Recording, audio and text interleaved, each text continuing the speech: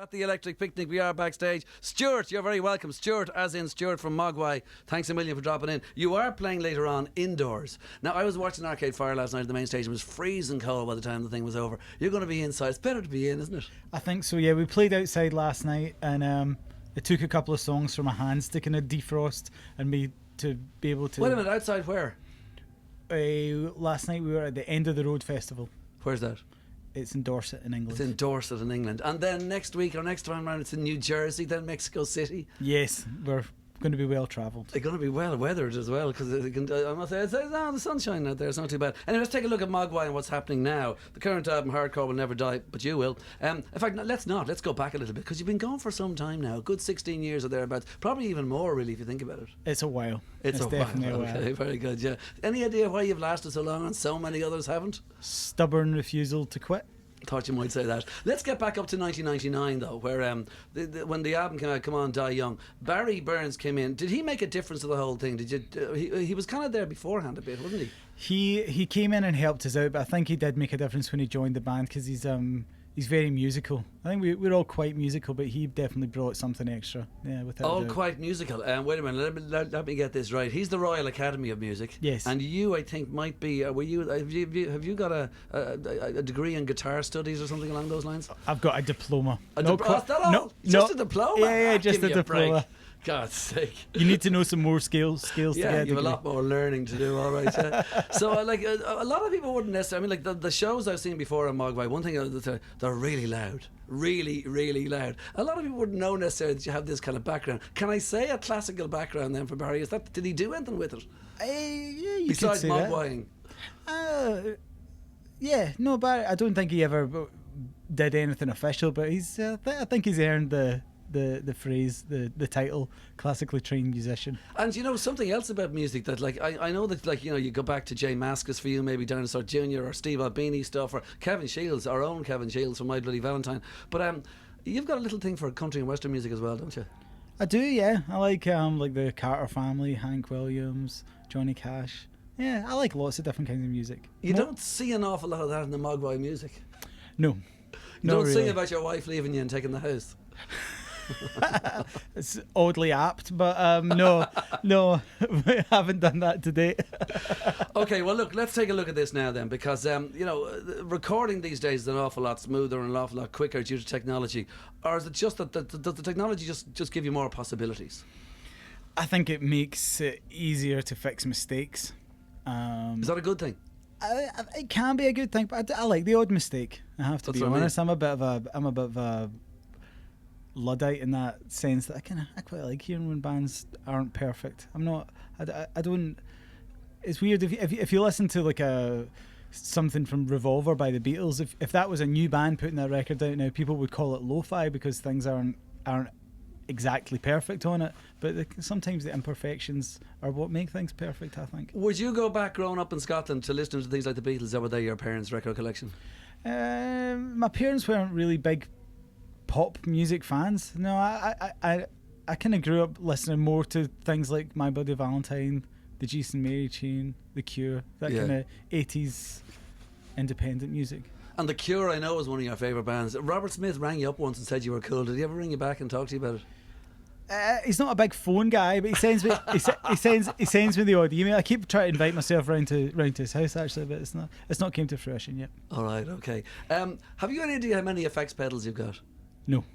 If I said 60, 70, would I be nearly right? It would be more than that. Would it? Okay. Yeah. How many would you have on stage tonight? I think I've got 13. Really? And will you use them all?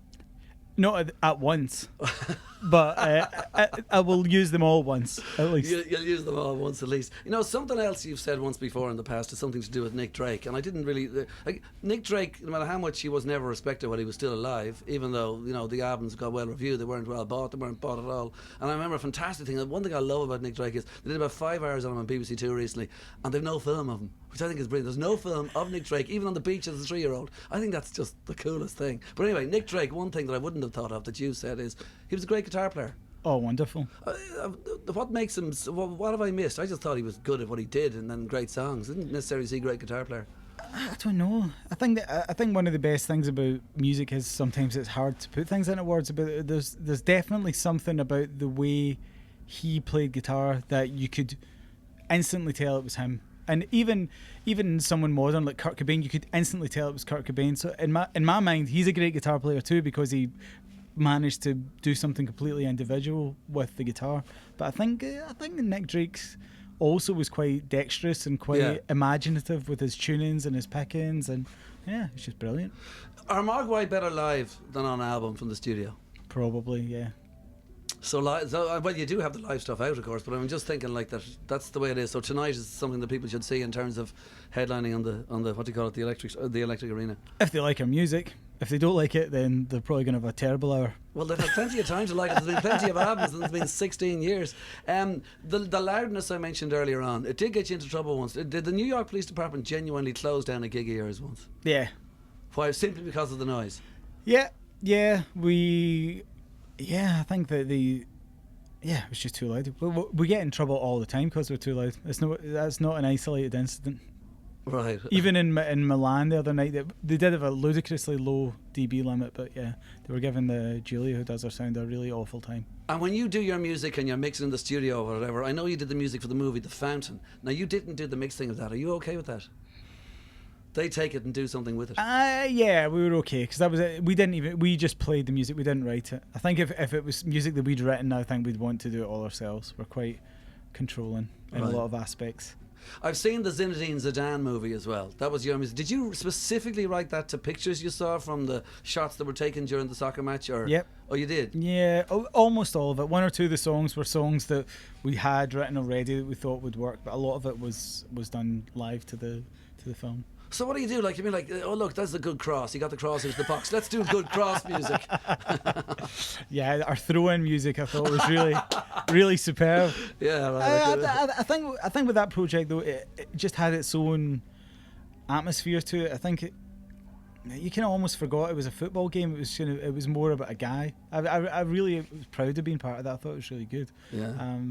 Quite an abstract concept, but it really is, the choreography, the whole thing. But then again, the first time you saw it, did you see it on a huge screen in the football ground? Yeah. And was it noisier than ever? Did you realise how noisy Mogwai are? I think I kind of started to think about how noisy football was, and it was in a football stadium. It was in the Basel Stadium. I started to think about just what a loud experience going to football games is. That's good. And was a big crowd there watching us in the stadium? Yeah. Not the whole stadium, but like behind the goals. I'd say there was like 5,000 people or something. Yeah. Right. I get the impression that when you started as Mogwai in Scotland years ago, that whether there's a scene or there isn't a scene, and people are always going, "What's the local music scene like?" kind of stuff. I get the impression Scotland was very good to you. You got a good hand up from everybody around. There was no bad. Like every single person who's ever been in music has terrible stories to tell about terrible managers or terrible, people who didn't help them, whatever. I get the impression you got good help. I think we did, and I think that the music scene in Glasgow at that time was very community based, and I think that there was no backbiting. People were really helping each other out, and there was people who went on to do great things in music, like Alex from Franz Ferdinand. He booked our first 3 gigs or something. He used to book the gigs at the 13th Note. It was always older musicians from other bands around, people from the Pastels that would kind of give you advice, all this kind of stuff. So no, I think we definitely count ourselves lucky in that regard. And also, no one was really interested in Glasgow at that point. It kind of changed a bit when Biss and Chemical Underground started to do well, but it kind of let the bands kind of develop on their own. I always think that's a problem in London. As soon as someone can play 4 chords, the future of music, before they actually write any decent songs. They're on the front of the enemy, yeah, right, indeed. And like before Mogwai, were you going to gigs in places like Mono and Barrowlands and all that kind of thing? Yep. Yeah.